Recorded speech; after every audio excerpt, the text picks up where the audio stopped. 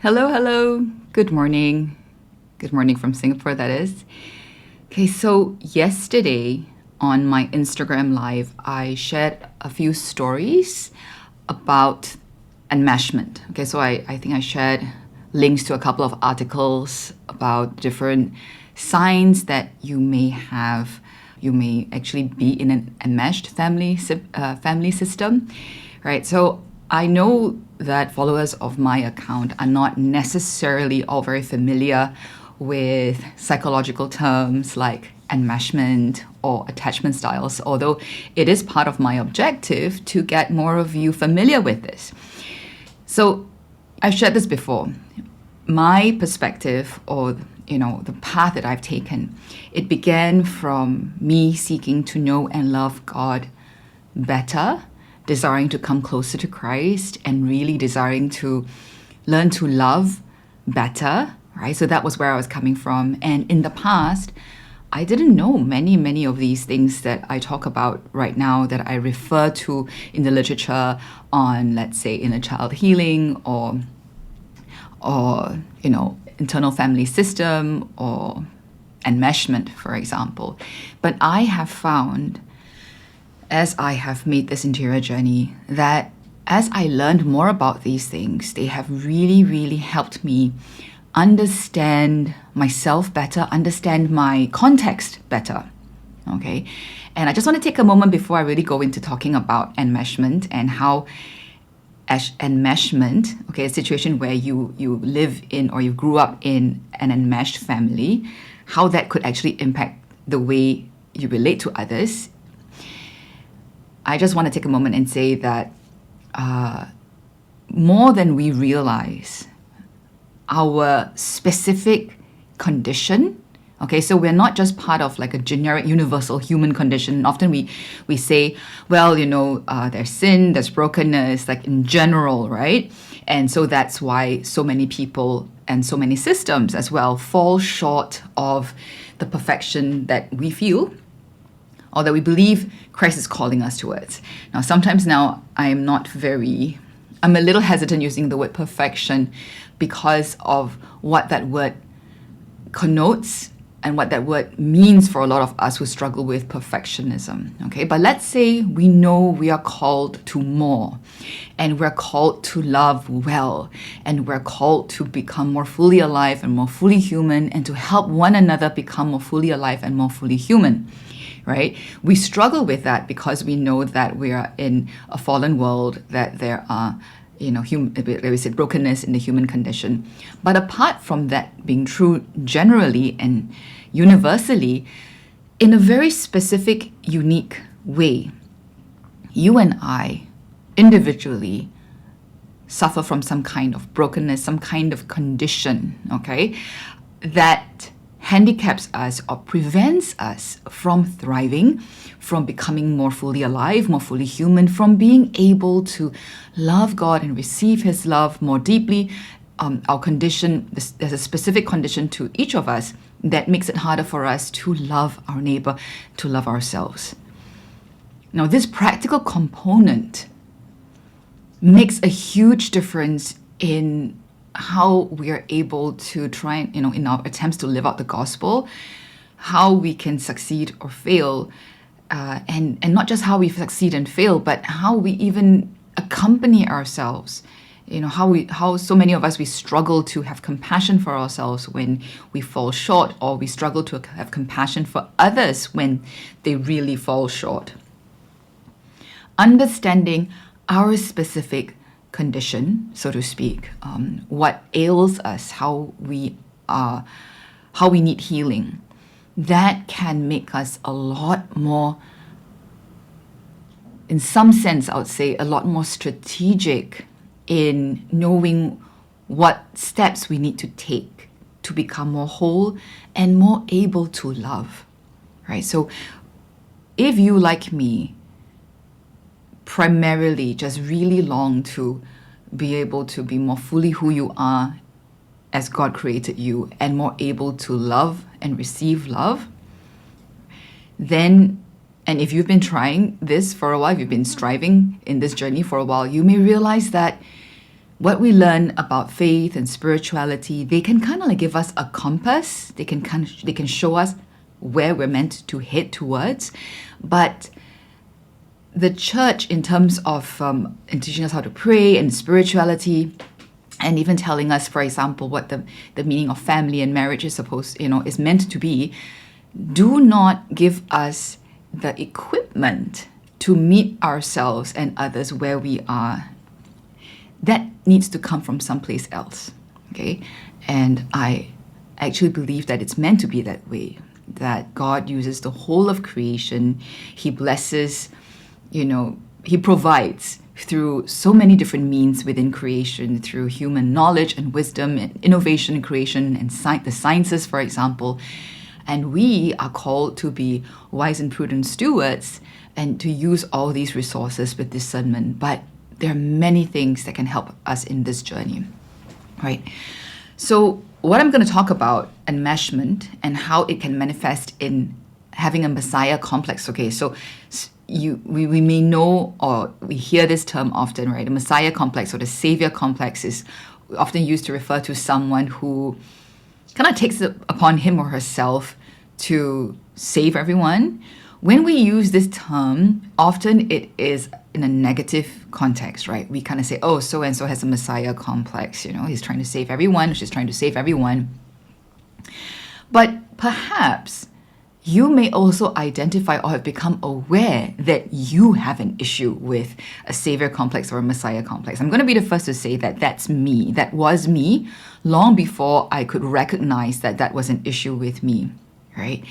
But even when I began to notice that, yes, I kind of like have a Messiah complex, I need to like save everyone, just telling myself that I'm not supposed to try and save everyone didn't help me stop acting out, trying to overfunction and help everyone who is in trouble, right?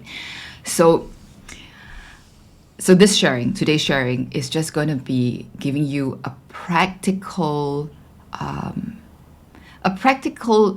glimpse into how someone, if you happen to grow up in a very enmeshed family, may find it hard to not fall into like a Messiah complex. Okay, so I'm going to try and show the link for you. This will probably resonate most with those of you who do share some of these conditions as I did, okay? Because there are many, there's many complex reasons why we may feel a compulsion to want to help other people, to overfunction, to do for others what actually is not ours to do.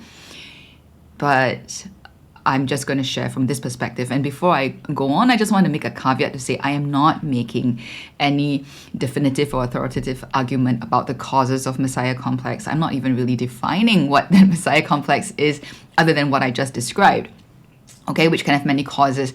I am sharing from my own experience and observation how those with enmeshment issues or enmeshment trauma in our families can often struggle with the Messiah complex, all right? So just briefly, I'm just going to call up a slide. I'm going to just start off with describing some of the experiences, okay? Experiences of what the Messiah complex might feel like for someone who has it, okay? I'm going to share from my personal experience. And then the consequences of having so-called like this compulsion to save and help everyone around us, maybe especially our family members or those that are close to us. Okay, so what there are personal costs and consequences to that, and as well as the consequences to how we live out our faith, okay, how it impacts our marriages, our family, and our community. So I'm not going to go into too much detail in the last point, just kind of make a hand wave there. So enmeshment, if you're not familiar with it, just very generally, is a form of dysfunction in the family system where there are very, very poor boundaries between individuals or members in the family.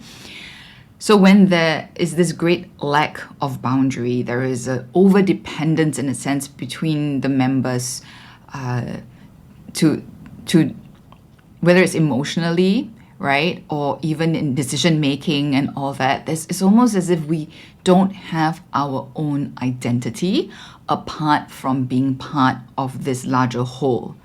Okay, so if we're talking about in the context of a family, individuals in an enmeshed family can often don't really know, they often may not know who they are apart from being how they are as a family. So they're very clear in a sense of what the family stands for and stands against.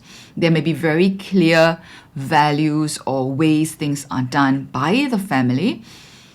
And everyone or all the members in the family more or less subscribe to this same set of values, same way that things are done. Maybe even in some more extreme cases, they see the same doctor, they, subscribe to the same philosophy, for example, maybe even political leanings. It's almost like this is how I know who I am, by my membership to the family, to this larger whole, right?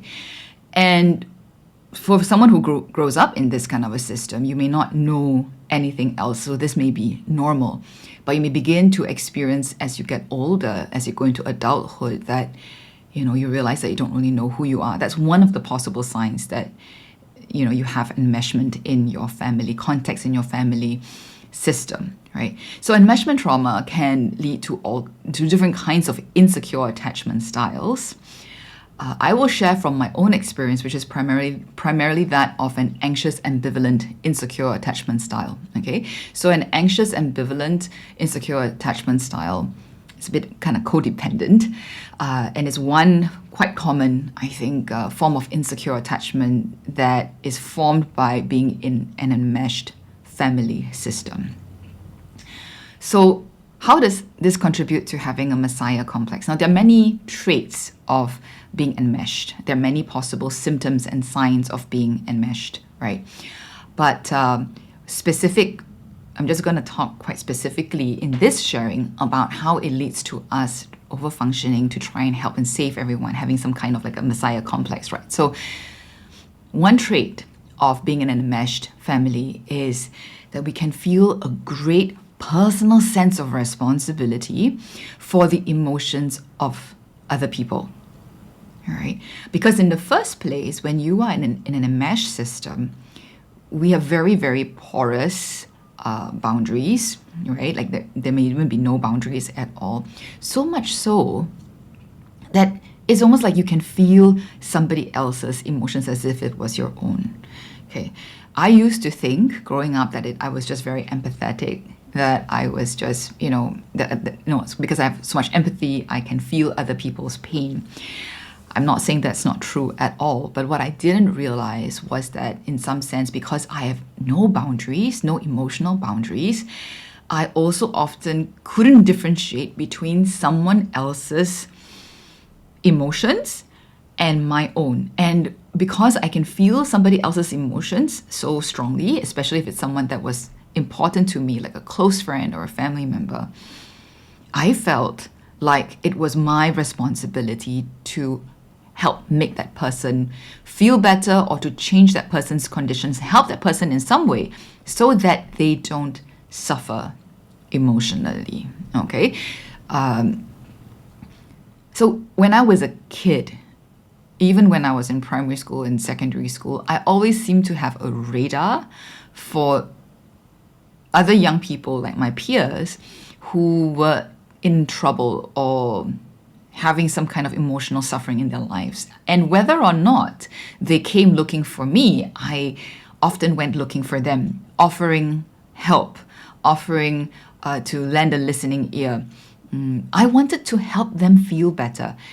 Even for those who may not be aware or do not wish to talk about what was going on at home, what was causing them their difficult or turbulent emotions, I felt like I had to help. Now, I saw that as a good thing too. I saw that as being Christ-like. I saw that as being generous. I was taught from a very early age to be helpful, right? To help others, that there are few things as good as helping others.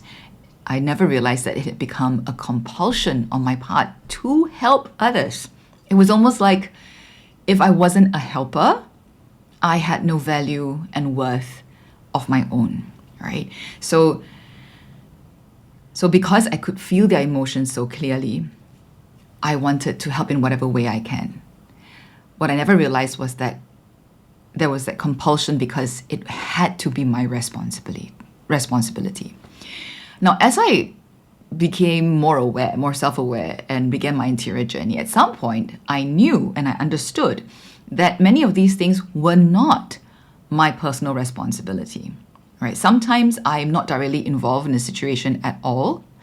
I may be part of like a larger system, for example, maybe in the same school or, in the same workplace, but someone in another department could be being unfairly treated, for example, and even in terms of, professionally, or I have no responsibility to solve the issues that are causing emotional distress, let's say, to another person in another department. But I felt really stressed, I'm a terrible person unless I lend help some way, somehow, and I would try to find resources or keep checking in on that person. Again, I just thought that all this was being caring. And to some extent, it is. But you see, the trick is, it's not just the behavior, but what's going on inside of us, right? When we talk about the interior journey, we need to be aware of what's the state that's coming or that's happening inside of us. If you remember, I often talk about the 3 layers of life. On the outermost layer is the environment and the situations and the context in which we relate to one another. That's where we act. But underneath the outermost layer, there's the inner layer of our own emotions, our thoughts, our feelings, right? And then at the innermost core is, our inner core, our core identity. And so what's happening in what I'm describing for me is that at the level of my core identity, I didn't know who I was apart from being part of a larger family, so it could be whether it's my family of origin or being Catholic. So for me, that's another way that gave me my identity, and I'm always trying to hang on to, so what does it mean to be Catholic, to be a disciple? That tells me who I am. That actually doesn't tell me who I am. It's still way too generic, right? But because I understood that being Catholic and being a disciple meant laying down my life, and because I grew up in a very enmeshed system, I interpreted laying down my life in a way that had no boundaries. So I didn't understand when I was over-functioning that what I was doing was not emotionally healthy, and that it may not even be what Jesus meant when he said to lay down our life, right? Because we all interpret it through the lens that we have, what it means to lay down our life. And I'll go as far as to say that often even the priests who preach the homilies, the way they speak about the values and how they speak about our faith and about God, they do it through their lens and their perspective, right? So there are many layers of possible distortions coming from the people who speak to us or preach to us, and then also coming from ourselves, how we hear and how we interpret what we hear and what we read, right? So for me, being a very enmeshed person, so to speak, for me, laying down my life meant I had to help and save whoever I could. And I would feel so guilty if I felt I didn't have the capacity to. I would overfunction, and really, even with overfunctioning, I couldn't possibly help everyone. And I would feel like I let God down, I let people down. And I would often bring this to confession in the past when I was younger, talking about who I couldn't help, and I would always frame it in confession as I wasn't loving enough. I wasn't loving enough, right? So because for me, growing up in an enmeshed system, family system, I thought to love meant I had to help everyone feel better. If they had any issue or any struggle, I had to help them find a solution. If I didn't do that, I was not being loving enough. So even when I began to realize that that's not how I'm called to love, and I tried not to overfunction and try and save everyone, that's when I realized that I couldn't just stop. Right? So earlier in the journey, I wasn't even aware that that's not what I'm meant to do. And then at some point, I realized that that's not what I'm meant to do. That's not even what God is calling me to do. I don't need to overfunction that way and try and save everyone. So I tried not to do it. And then I realized I can't help but do it. You hear that difference? It's like I have a compulsion, I realize, coming from inside me, to help, to overfunction, and to do what is not even really mine to do. I need to caretake. I need to rescue. That compulsion, that instinct, was not easy to control. Okay, so at that time, I still thought like it's a matter of control. I realize now it isn't. A lot of this isn't about us trying to wrest control of our compulsions. Healing is very different from trying to control. But I think many of us on this journey will recognize these landmarks, right? So from unawareness to awareness, and then trying to control what you think you shouldn't be doing. In this case, I was trying to control my compulsion to overfunction, and then really not succeeding in controlling that compulsion and feeling really bad about myself, for example. And then I began, but this helplessness being stuck between where I want to go and realizing that there's such compulsion in me that's making it very hard for me to be free to go where I want to go, to follow Christ.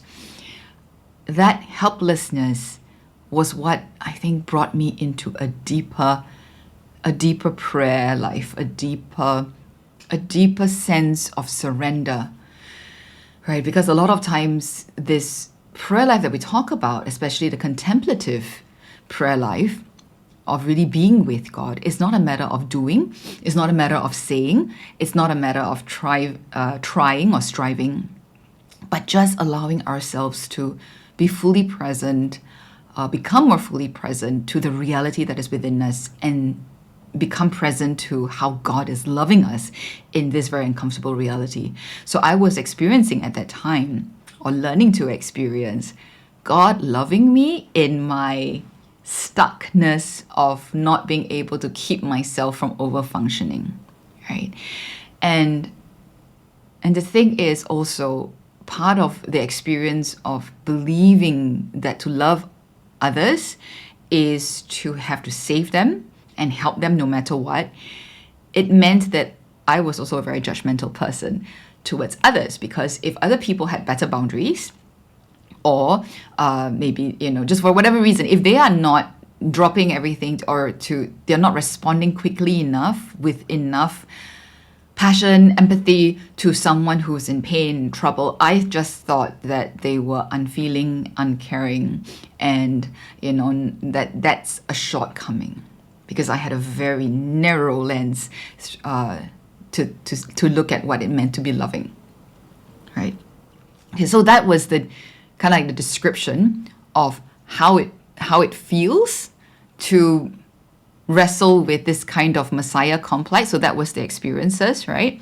So now I'm going to talk a bit about the personal consequences of living like that, okay? The personal consequences of having an enmeshed identity, coming up from a very enmeshed kind of system, and this compulsion of needing to save others. So the first consequence, I think it's very clear, is burning out. Because when I was much younger, life was simpler. I didn't have that many responsibilities. The people within my sphere of influence were fewer.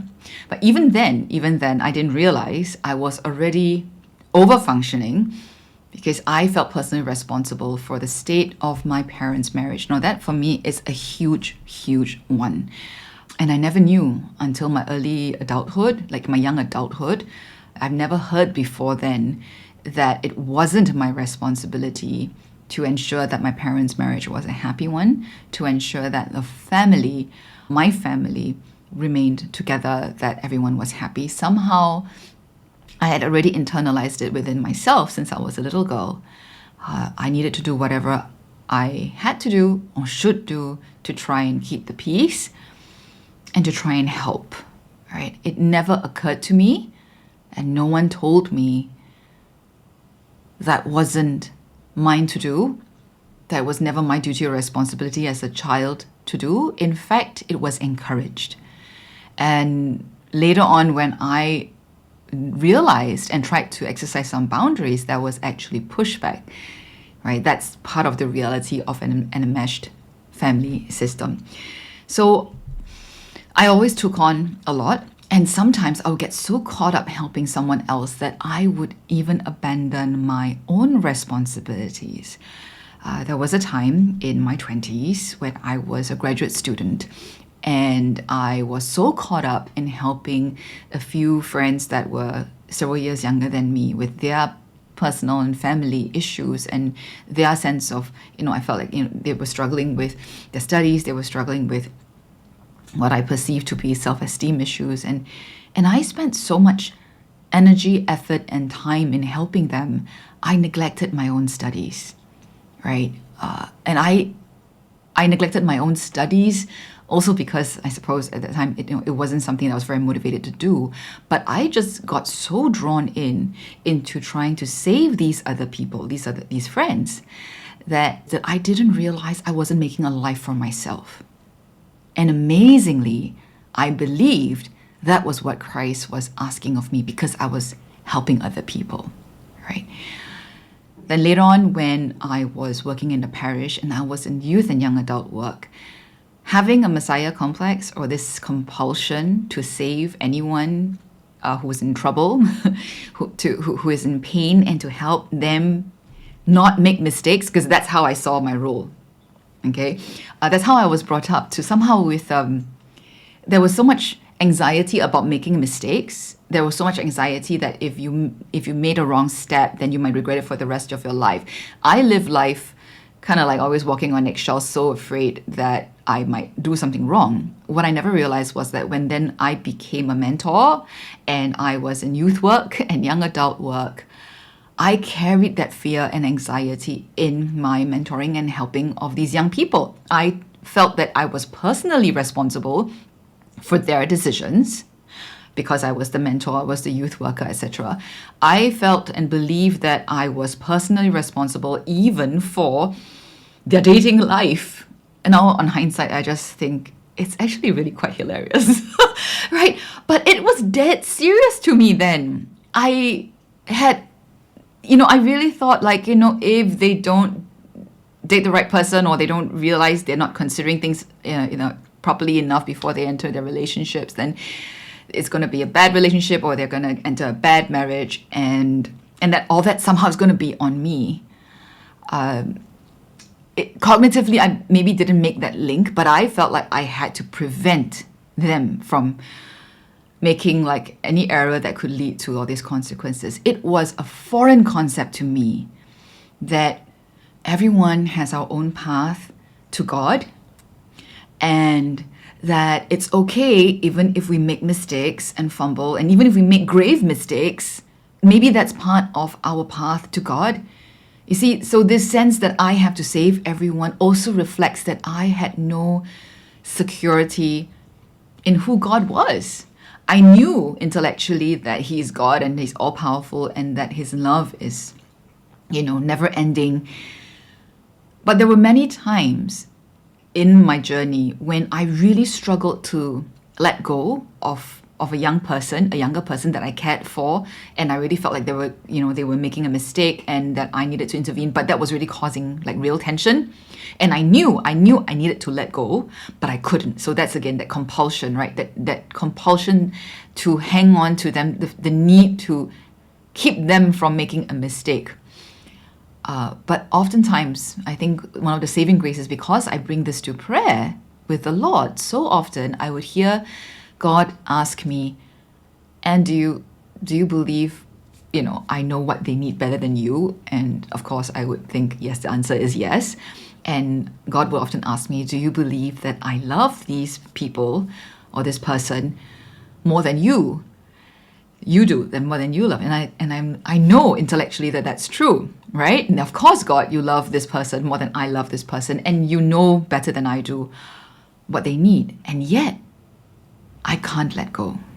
I couldn't let go. It was so hard to let go, sometimes to the point of actually damaging that relationship. And, in a sense, then I'm forced to let go because the relationship gets broken. And that has been one of the patterns of brokenness in my own life. And I used to be so clueless. It was so frustrating and so hurtful to not know what is it that I did. Why does this keep happening? And is there something wrong with me? Right? So until I learned about enmeshment and insecure attachment styles, I really couldn't put a name to what was going on in my own life. Right? So in a sense, there was something that was broken about the way I was relating to others. It isn't that something was wrong with me, but I've been part of an enmeshed system, for example, in today's example, and the only way I know how to love is through enmeshment, which is actually very emotionally unhealthy, which then would naturally cause brokenness and broken relationships. And what I found, because I'm somebody with an anxious, ambivalent kind of insecure attachment, when I meet someone else who also has a similar kind of codependency tendency, the unhealthy dynamics that we have is, we can get really, really enmeshed, right? As in we can get very fused and I lose sight of who I am. They may lose sight of who they are. That can lead to all kinds of problems, like in all kinds of issues. But when I encounter somebody who is avoidantly attached, so there's another kind of insecure attachment, in my life, I think a lot of the saving graces have been the times that I meet somebody who is avoidantly attached and who then, because someone with an avoidant style of attachment, they are very against and very afraid of being smothered. Okay, so they are very afraid of being enmeshed. Maybe they themselves grew up in an environment where there was some enmeshment, or some family members that had this tendency towards being enmeshed, and so they make very, very solid and very clear boundaries. So one of my turning points, into searching for help, seeking help to understand myself, and which led me to understand family dynamics and even like the enmeshment style of family dynamics, for example, was someone who I believe have the avoidant insecure attachment style, basically was ready to break off our friendship, even though it really saddened him, because he we did care for each other and he valued this friendship, but he didn't know what else to do because I was basically like really overstepping my boundaries. I had no idea, and he didn't know how to communicate it to me. All right. So, but through God's grace, we actually had a conversation that he actually did not plan to have, but we ended up having a conversation, and he told me how violated he actually felt, like how much he felt I was violating his boundaries, and I was horrified because that was already at a time when I was consciously trying very hard not to overreach my boundaries. So that was when I realized I really have no ability to know where the boundaries are meant to be, and I have no ability to exercise it. I don't know what, that feeling. It's not that I don't want to do it.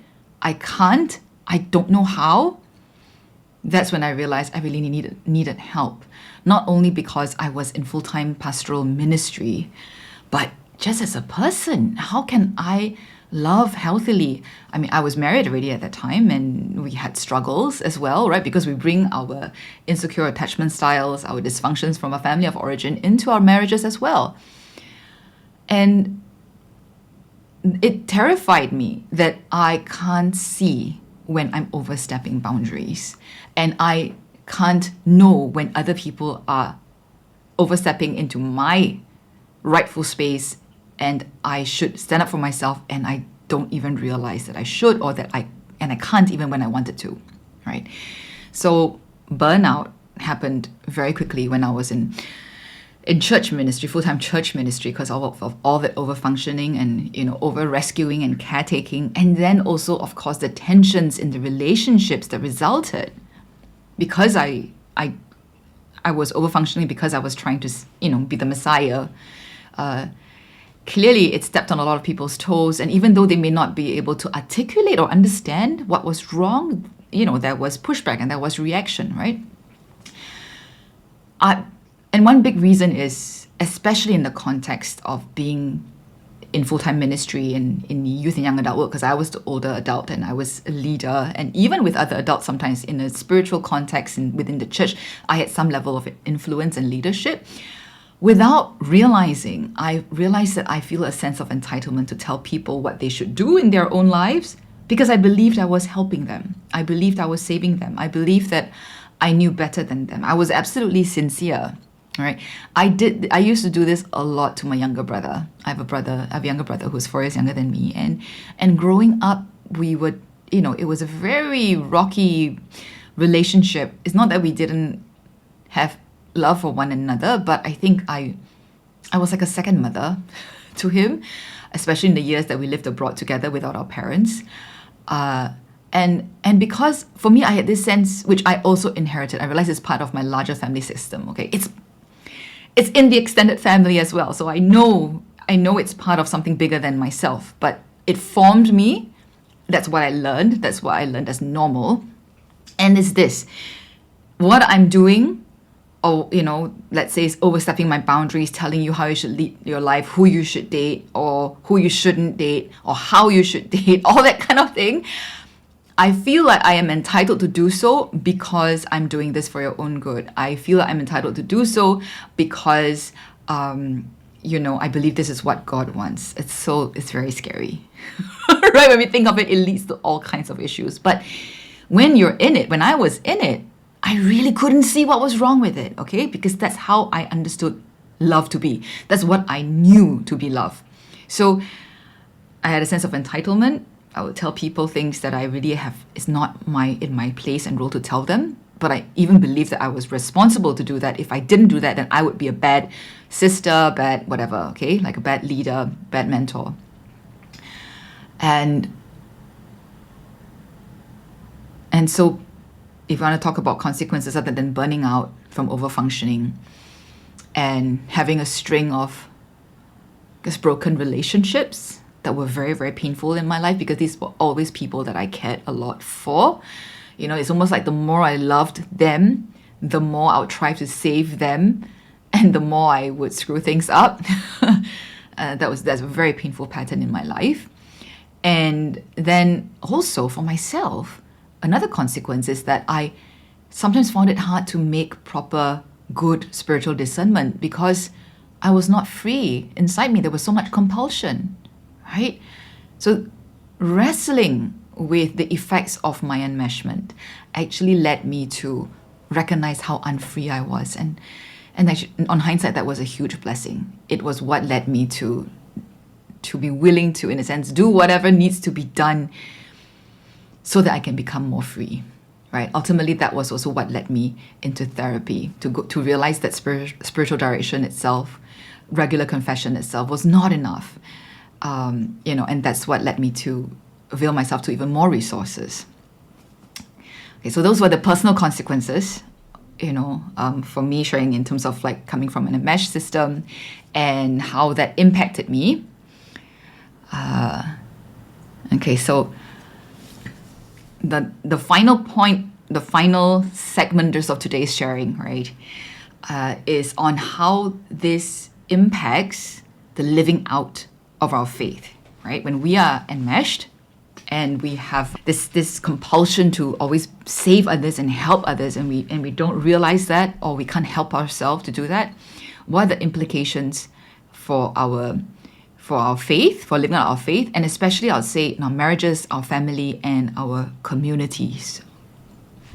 The first point, so I have kind of 3 points in this section. First point is we become obstacles in other people's journey towards God.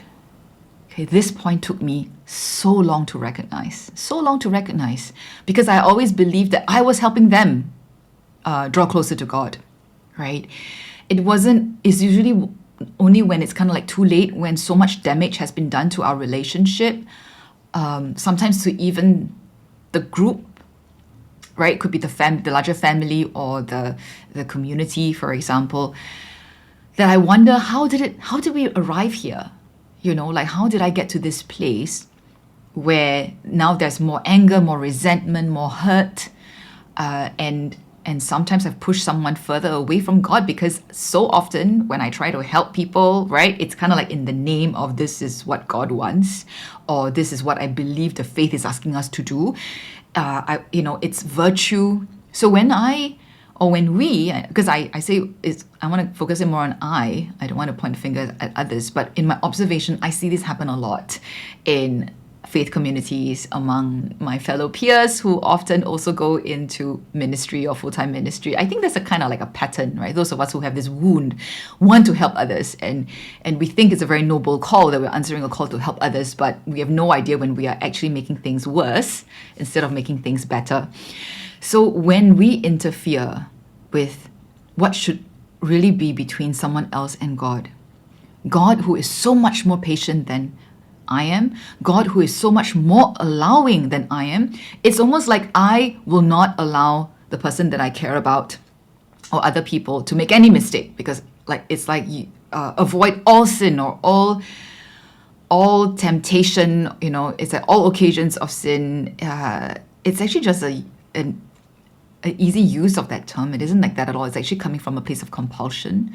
Whereas as I experience God journeying with me, okay, so it's not what I see God do with other people, it's as I experience God journeying with me when I was completely helpless and I realized that I can't get myself to that level of so-called perfection that I believed God wanted me to have. I realized I got God really wrong. That I really pegged God wrong. That He has so much more patience, so much more resources, that He's often very okay with me kind of like learning from trial and error. He's not afraid of me making mistakes. So as I realized, God is so much more allowing than I experienced my own childhood to be, not just, both in terms of my family as well as maybe schooling, my experiences, that God was not like the adult figures in my life when I was growing up. That He has a way of letting me discover who He is and who I am through everything that I was doing, including the mistakes that I was making. That was when I began to realize that I was really harming others when I tried so hard to save them from making mistakes, right? Because I realized that those mistakes are often those mistakes are often kind of like the opportunities that allow them to encounter God in a much deeper way. Okay, so the first implication in terms of faith, whether it's within our families or in our faith communities, when we are enmeshed and when we have this tendency to try and rescue others, we actually get in other people's way. Okay, we step into their path with God, so we can actually make their path harder and make it longer than it has to be. Second implication, we who do this or who struggle with this, we forget that we are creatures and we try to take God's place, right? And that's a form of idolatry, in a sense, worshipping in a sense, or even like ourselves, acting subconsciously, definitely, in a sense of as if we had to take God's place to save the world and to save the people that we love. That's not helpful at all. That gives us an incredible sense of burden. And if you look at instances in your own life or in maybe other people that you know in your life who are in positions of leadership, when they are so overburdened by their responsibility and they take themselves so seriously that it's almost like they are living and acting as if they have to save the world. I'm not saying that it has to do with enmeshment necessarily, but usually what's going on is it's almost like they've forgotten that they're creatures, right? We have forgotten that we are creatures and we try to take on God's role. The only way we can relax and ease ourselves, into taking up Christ's yoke, which he says is easy, and His burden, which is light, is to always be in the place of remembering that we are a creature, and God is God, and He's in control. And that's such a comforting thing to know, that we are not and that we don't have to be. So that's the second point of the implications on faith. And the third one, what's the third implication on being enmeshed and having this Messiah complex is we neglect our own journey. we neglect the one journey that is actually important for us to focus our energy and attention on. When we are so hung up about saving other people and helping other people, we see a lot of the needs around us that we feel we have to meet, and we are absolutely blind to what God is asking us to take, like the step that God is asking us to take, right? So we're not doing any favors to anyone, and we're not doing any favors for ourselves. So, yeah. So really, if you are still wondering, I know a lot of you who are probably been watching, my videos and following my account already believe that psychology and emotional health and all this has a real impact on faith and how we live our faith. But for most people, this is a very fuzzy connection, right? And I personally know there are many people in the larger church who are disciples of Christ who are still kind of dubious as to, how big a role does psychology have to play in faith? It's more about catechesis and spirituality and prayer. And all those are important.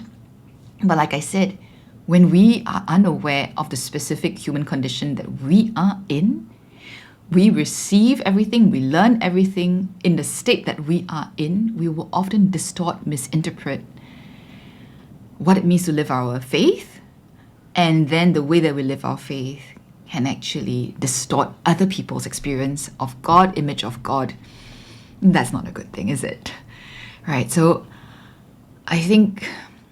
But one thing that's true is I would believe that even those who are not quite convinced yet that maybe our experiences in our family of origin, or let's say psychology in general, has that much impact on faith, usually can identify the symptoms of when things go wrong, right? So I think that a lot of people will agree that having this compulsion to save people or having some kind of like a savior complex is not a good thing. Something has gone wrong, right? Something's not quite right.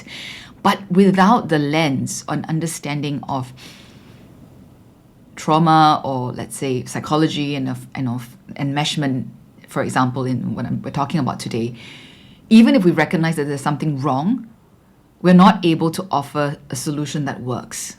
We're not able to suggest, in a sense, a method of remedy of how do we get from where we are to where we need to go. Right? That there are areas that maybe we need healing ourselves. When we're completely unaware of that, we can sometimes make things without realizing. Okay, so I'm going to end this sharing, and my side of the sharing, as usual, questions are welcome if there are any. So my husband was just telling me this morning that in the past, when he ran, and if he ran a bit longer, like maybe 5 kilometers or so, he would get this pain in one of his knees, right?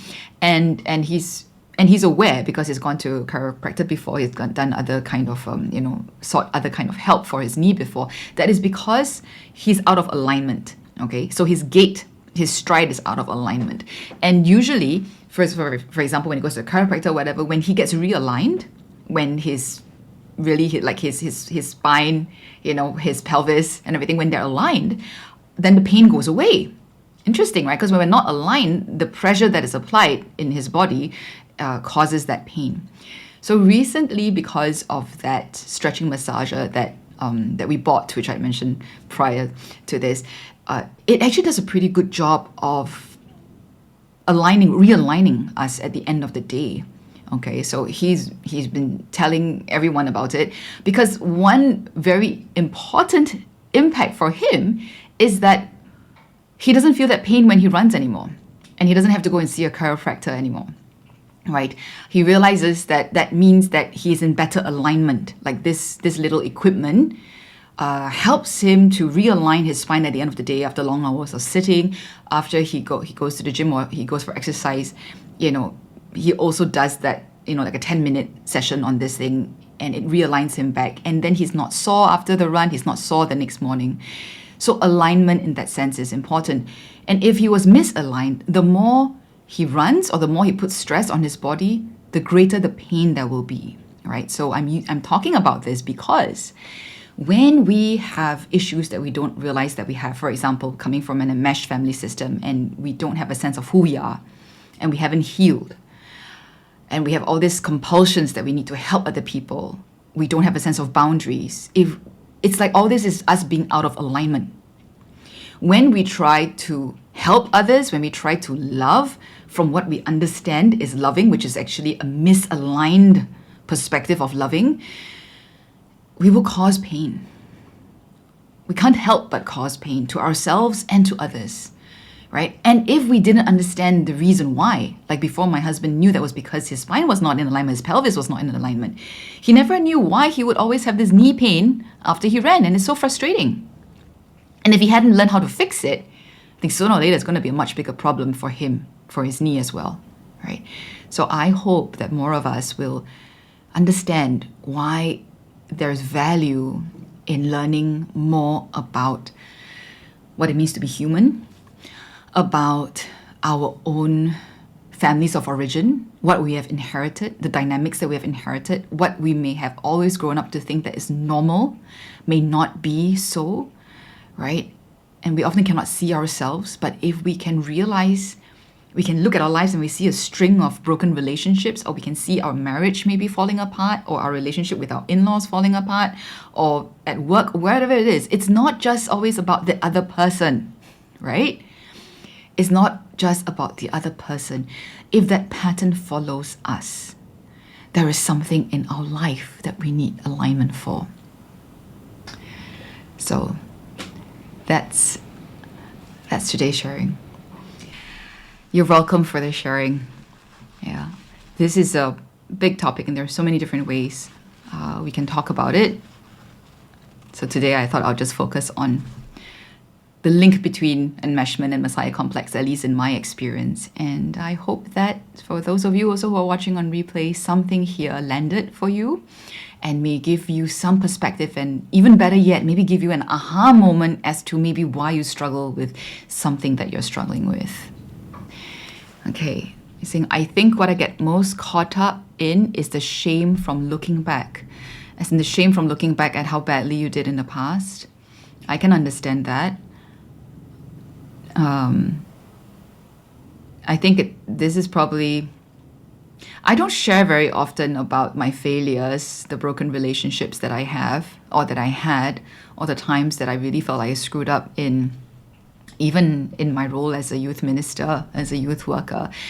You know, that in some sense you can say maybe I'm more critical than other people, like general other people, not people that felt the impact of being harmed by me. They would be mad, right? But other people generally would often probably think like, yeah, it's normal, to have some pushback and all that. Of course, I mean, we can never have please everybody, and we will make mistakes. But I knew in a sense it was on me to, on me to learn how to love better. I think it really started from that, because I really desire to love better, right? I mean, that's why we feel so much shame when we feel like, why is it that we loved so poorly in the past? We can love hard. That's the thing that most people don't understand. We can love very hard. We can love very passionately. There can be a lot of effort in the loving, and we can love very poorly. That was my experience in the past, because I didn't realize I was misaligned, right?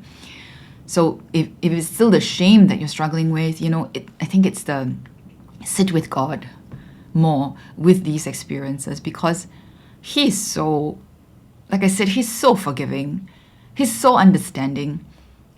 It was experiencing his understanding that I learned to understand myself. It was experiencing his compassion that helped me to have more compassion for myself. And a big part of it is learning about all these things that we're talking about, right? Don't you find that when you learn what enmeshment trauma is, and then if you recognize that that's exactly what was happening in your family, in a sense, what chance did you have? How can you expect yourself to turn out differently when that's all you knew? So when I began to see the truth of my family system, and it's still hard because sometimes it feels like a betrayal and disloyal to acknowledge that there was so much harm happening within the family. But that is truth, and the truth sets you free, right? And when you see that, then you can understand why you turned out the way you did and why you make the mistakes that you did, and maybe why you continue to make the mistakes that you do, there, especially the parts where there's a pattern, right? Yeah, so continue to sit with God's compassion for you, and I really believe that's why, we say that only God alone can judge, because who else can see into the depth of our history, of what all the little things that added up to our actions today, right? Yeah. So,